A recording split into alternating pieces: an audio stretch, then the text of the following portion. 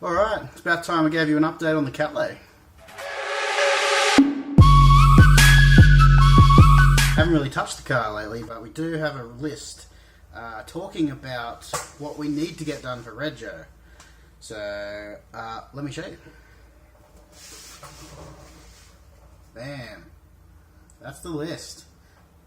Unfortunately, not a lot's being crossed off there. But I can read it to you. So, we've got the battery clamp, which I actually did the battery clamp, whipped one up out of aluminium. It's only temporary, I think. I would like to get the stock battery clamp back in there, but the battery I have just isn't right for that clamp. So one day, we'll get a right battery. Power steering fluid, it seems to be a little low. I think there is a very minor leak. It's not dripping, but it's just a lot of moisture around some of the power steering lines. So we'll take a look at that. New brake fluid, so that's the other thing. I backed it out of the garage the other day, and my pedal went to the floor. So not really sure what's going on there. I can't see any fluid on the ground. I can't see any leaks. So I'm guessing it's probably just really old brake fluid. God knows the last time that was done. Tail light globes. Need a couple of tail light globes. I think an indicator and one brake light. Inspect the brakes. Just check over that. I want to have another look underneath. Just make sure I haven't missed anything. I've been putting fuel tanks back in. That sort of thing. I've got to pull the driver's side door trim off, and it's like a plastic trim that goes up the inside of the door, and it protects because it's like a fiber board behind the door, and any water gets in there, it puffs up and it just turns that to crap. So I probably should look at that. It needs new wiper blades. It needs a roadworthy certificate.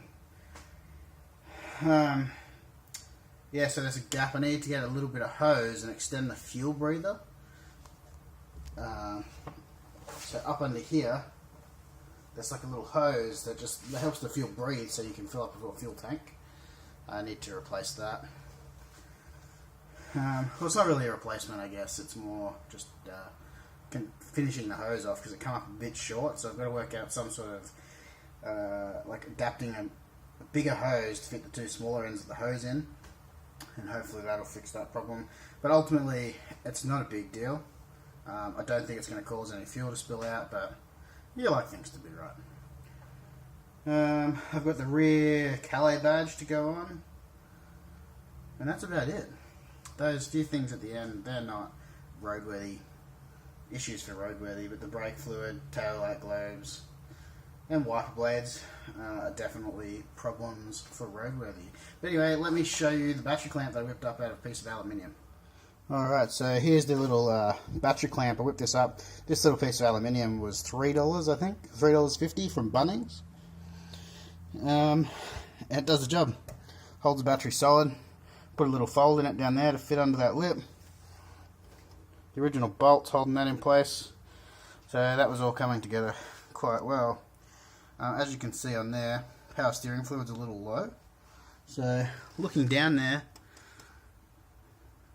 those power steering hoses down there have a little bit of moisture around, and also you can see in there just where they come out from the reservoir, so definitely have to have a look at that. So another little thing, I'm not sure if it's going to be a problem for roadworthy, but it's this trim that runs around the light here. Now whilst it just looks like a cosmetic thing, there's a little crack in the light and do need to replace the light. What I'm trying to do is get this on the road as cheap as possible. Once the car's on the road, then I'm going to look at replacing a lot of the little bits and pieces. But let me show you the little crack. That's it there. And when I say little crack, I mean large crack. So I'm not sure if this is actually going to be a problem for roadworthy. I'm hoping my guy should be okay with it. But yeah, we're getting there. Oh, the other thing is this fuel flap. I've just got it held in with a couple of little tech screws at the moment into the original holes, and it sits a little low, so I'm not sure, it might be a bit faulty or whether I might have to do some adjustments, but we'll look into that. Right, I haven't started it up in a little while, so let's crank it up, give it a bit of a run.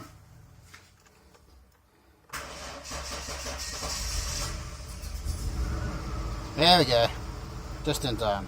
So yeah, battery was nearly dead. It has started.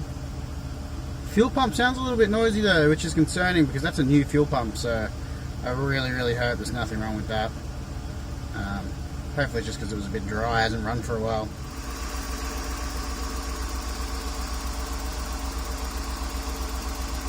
Sounds like there might be a little bit of a miss,